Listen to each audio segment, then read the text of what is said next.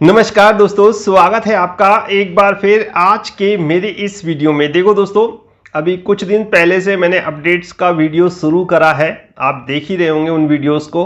तो उसमें बहुत सारे कमेंट्स मैसेज मेरे पास आए थे कि थोड़ा सा विस्तृत रूप से बताने का कष्ट करें, एक वीडियो ऐसी बना दीजिए करिए जिसमें आप अपडेट्स में जो बताते हैं उसका थोड़ा सा विश्लेषण कर दीजिए। तो ठीक है, मैंने सोचा क्यों ना बीच बीच में एक ऐसी वीडियो बना दी जाए जिसमें जो अपडेट आते हैं उनको सबको जोड़ के जो न्यूज़, जो इफेक्ट सामने निकल के आएगा, उसका क्या प्रभाव पड़ेगा, उसी के लिए मैं ये वीडियो आज आप लोगों के लिए बना रहा हूं। यानी उन अपडेट्स की सबको मिला के एक वीडियो आप लोगों के पास ऐसी आएगी जिससे आप पता चल जाएगा आपको कि उन अपडेट्स का आने वाले समय में भारतीय बाजारों पर क्या प्रभाव पड़ सकता है। तो अभी रिसेंटली मैंने दो अपडेट आपको दिए थे, एक एफपीआई इनफ्लो का और दूसरा चाइना में जो एवरग्रैंड कंपनी है रियल एस्टेट की, उसमें जो क्राइसिस हो रहा है उसके बारे में। तो उन दोनों खबरों को अगर दोस्तों मैं मिला के आप लोगों के सामने बताने की कोशिश करता हूं तो बहुत इंटरेस्टिंग साहब एक कहानी निकल के सामने आती है। जी हाँ दोस्तों, देखिए सबसे पहले थोड़ी सी क्राइसिस के बारे में समझ लीजिए कि चाइना में जो ये एवरग्रैंड कंपनी है इसका साहब शेयर जो है अब तक 80% तक टूट चुका है। जी हाँ, 80% तक ये शेयर आपके साहब जो रियल एस्टेट एवरग्रैंड कंपनी है चाइना की, वो टूट चुका है। इसके टूटने का कारण दोस्तों, सबसे बड़ा कारण था ये रियल एस्टेट सेक्टर में है। देखिए, कंपनी का जो शुरू से इतिहास अगर आपको जानना है, अगर आप इंटरेस्टेड हो तो डेफिनेटली आप मेरे टेलीग्राम चैनल पे चले जाइए। आपको वहां बहुत सारी रोचक जानकारियां मिलेंगी। जैसे ये एवरग्रैंड कंपनी शुरू में साहब बोतल बंद पानियां बनाती थी, कैसे इसमें इतना सारा कर्ज हो गया, कितना कर्ज है, जैसे 300 अरब डॉलर के आसपास का कर्ज बताया जा रहा है, कितनी इसकी मार्केट कैप है, बहुत कुछ आपको टेलीग्राम चैनल पे जानने और समझने को मिल जाएगा। तो ऐसी रोचक जानकारियां अगर आपको जानने के इच्छुक हो, आपको लगता है कि मुझे भी सब कुछ जानना चाहिए, तो डेफिनेटली आप मेरे टेलीग्राम चैनल पे चले जाइए।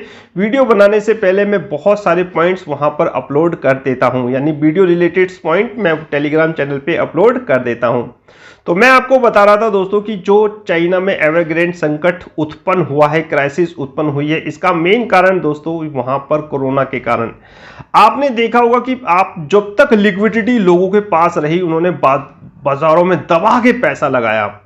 अब लोगों पे लिक्विडिटी यानी कि पैसे की समस्या उत्पन्न होने लगी। जब पैसे की समस्या हो जाएगी तो आप ये बताइए कि मकान कौन खरीदेगा। मैंने आपको बहुत बार ये चीज समझाई है कि जो लिक्विडिटी होती है उसका प्रभाव एकदम नहीं दिखता। यानी कोरोना काल में जो आपने समस्याएं देखी होंगी वो इतनी बड़ी भयानक रूप से नहीं देखी होंगी, क्योंकि लोगों के पास पैसा था, बचत थी, उन्होंने उससे अपना गुजारा, मेरे ख्याल से गुजारा किया।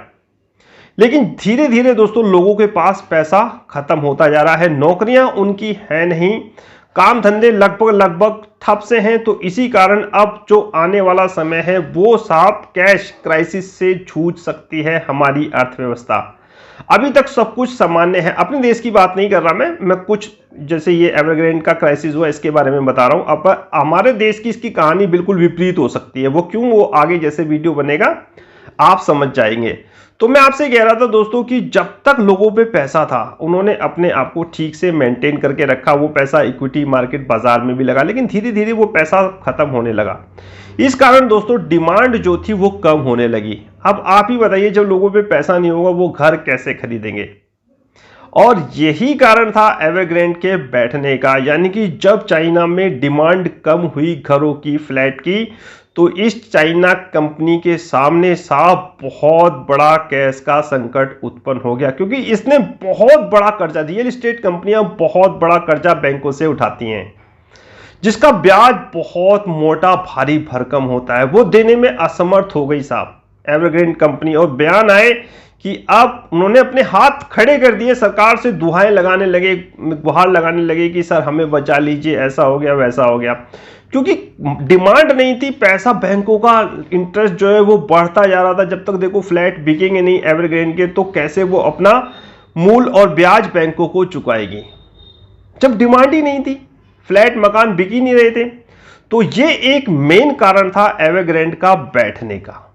क्राइसिस संकट उत्पन्न हो गया, उसके पास साहब पैसा नहीं था देने के लिए। जो ठेकेदार वहां पर फ्लैट बना रहे थे, जो लेबर वहां काम कर रही थी, जहां से रॉ मटेरियल आ रहा था, उनको भी देने के लिए पैसा नहीं था। बहुत बड़ी बड़ी लंबी लाइनें देखी जा रही थी उनके ऑफिस के बाहर। और संकट यहां तक गहरा गया दोस्तों कि जो एवरग्रैंड कंपनी की सब्सिडी कंपनियां हैं, एवरग्रैंड ऐसा तो नहीं है कि रियल एस्टेट में होगी, ये कंपनी साहब बहुत सारे सेक्टर में काम कर रही थी। रियल एस्टेट के साथ साथ साहब ये इलेक्ट्रिक व्हीकल्स में भी थी चाइना में। अब उसके शेयर्स एक दिन में 26% तक लुढ़क गए। यानी कि पहले जो संकट रियल एस्टेट पे एवरग्रैंड के द्वारा आया, वो साहब धीरे धीरे उसकी सब्सिडी की तरफ भी बढ़ता हुआ नजर आ रहा है। इलेक्ट्रिक व्हीकल जो उसकी एवरग्रैंड इलेक्ट्रिक व्हीकल का शेयर है, वो साहब 26% टूट गया। बताइए आप, धीरे धीरे संकट बढ़ेगा। धीरे धीरे दोस्तों मैंने कहा ना, संकट बढ़ेगा। जो इंपैक्ट है कोरोना की लिक्विडिटी का, पहले तो लोगों में पर्याप्त पैसा था, धीरे धीरे वो खत्म होने लगा। अब उसका भी असर आप अपने देश में भी देख रहे होंगे। डिमांड पहले जैसी नहीं है, बाजार में लिक्विडिटी की कोई कमी नहीं है, लेकिन ग्राउंड में सिचुएशन दोस्तों बिल्कुल अलग है। मैं ग्राउंड के लोगों से मिलता रहता हूं, बात करता रहता हूं, पैसा किसी की पॉकेट में नहीं नजर आता। रियल है, फैक्ट है। और यही चीज सेम साहब वहां चाइना में हो रही है। यह भी कहा जा रहा है कि 2008 की तरह ये जो एवरग्रैंड कंपनी चाइना की है, ये लेहमैन ब्रदर साबित हो सकती है। लेहमैन ब्रदर क्या था?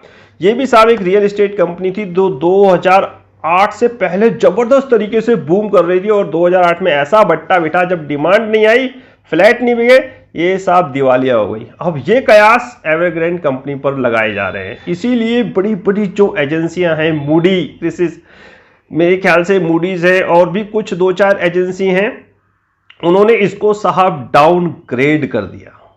इसका शेयर नीचे धड़ाम हो गया। एफपीआई ने, जो फॉरेन पोर्टफोलियो निवेशक होते हैं दोस्तों, उन्होंने वहां से पैसा निकालना शुरू करा। फटाफट फटाफट फटाफट, जल्दी जल्दी चाइना के मार्केट से पैसा निकलना शुरू हुआ। अब वो पैसा कहां आ रहा है? वो पैसा साहब हमारे देश में आ रहा है। ये कहानी है अपने भारतीय बाजारों की दिन दुगनी रात चौगनी तरक्की करने की। जो आप निफ्टी 18,000 के आसपास देख रहे हो, सेंसेक्स 60,000 के आसपास देख रहे हो, इसमें साहब लिक्विडिटी पर्याप्त मात्रा में बची हुई है। और पहले से तो लिक्विडिटी थी, मतलब पहले से तो पर्याप्त मात्रा में लिक्विडिटी थी। साथ में जो चाइना का पैसा था, वो भी भारतीय बाजारों में एफपीआई के थ्रू आ गया। बाजार तो गुलजार होना था, बाजार तो गुलजार होना था, क्योंकि 22,000 करोड़ अब तक एफपीआई निवेश कर चुके हैं। मैंने कल अपडेट में भी आपको बताया था। यह कहानी है साहब। उन्हें ब्राइट फ्यूचर यहां दिख रहा है, इंडिया में दिख रहा है। भाई इंडिया में जिस तरह कंपनियां शानदार परफॉर्मेंस कर रही है, निर्यात बढ़ रहा है, हम जो यहां से सामान भेज रहे हैं ना, वो बहुत ज्यादा होता जा रहा है। उसका निर्यात का मैंने आपको एक फिगर भी बताई थी कि कितना अब तक हमने निर्यात बाहर के देशों में किया है। उसकी फिगर लगातार दोस्तों बढ़ती जा रही है। जो विश्वास चाइना की कंपनियों में था ना, विश्व के लोगों का या वहां की विश्व की सरकारों का, वो कम होता जा रहा है। वो भारतीय बाजारों की तरफ बढ़ता जा रहा है। यहां पर वो सेफ डेस्टिनेशन के रूप में देख रहे हैं, यानी कि सेफ, अपने पैसे को सेफ होता हुआ देख रहे हैं भारतीय बाजारों में। चाइना से पैसा निकल रहा है, वो पैसा साहब भारतीय बाजारों में आ रहा है। इसलिए गिरने का तो मतलब ही नहीं है साहब। गिरावट हो रही है सिर्फ पुट कॉल एडजस्टमेंट के लिए, और होगी डेफिनेटली। जैसे जैसे आप एक्सपायरी देखेंगे तो 200-300 पॉइंट अगर निफ्टी गिर भी जाए तो कोई बड़ी बात नहीं होगी, फिर ये रिकवर हो जाएगा। क्योंकि इतनी जबरदस्त तरीके से जो 22,000 एफपीआई 22,000 करोड़ रुपए लगा रहे हैं, वो सोचिए कि वो चुप क्यों बैठेंगे?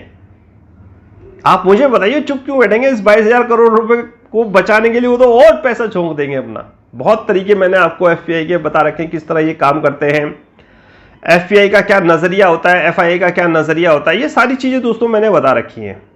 तो इसके लिए आपको क्लास में ज्वाइन करना पड़ेगी, जो इंटरेस्टिंग है। नहीं तो वीडियो आपके पास आते ही रहेंगे। जो इंटरेस्टिंग है, जो बच्चे इंटरेस्टिंग हैं, वो ज्वाइन करते ही हैं मेरी क्लास, और बहुत कुछ चीज़ें समझते ही हैं।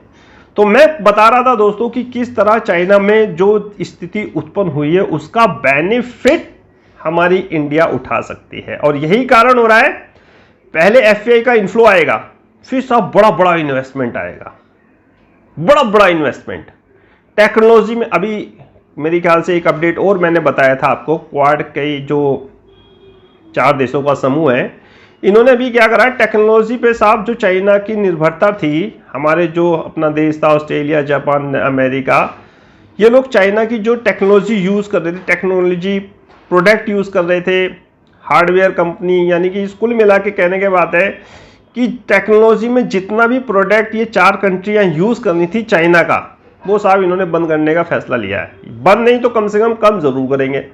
इसका भी निगेटिव इम्पैक्ट चाइना पे जाएगा और इसका पॉजिटिव इम्पैक्ट हमारी टेक्नोलॉजी कंपनी पे जाएगा। और इसी के लिए मैंने आपको बहुत सारे टेक्नोलॉजी स्टॉक दिला रखे हैं, ABM, कॉम्फ्यूज।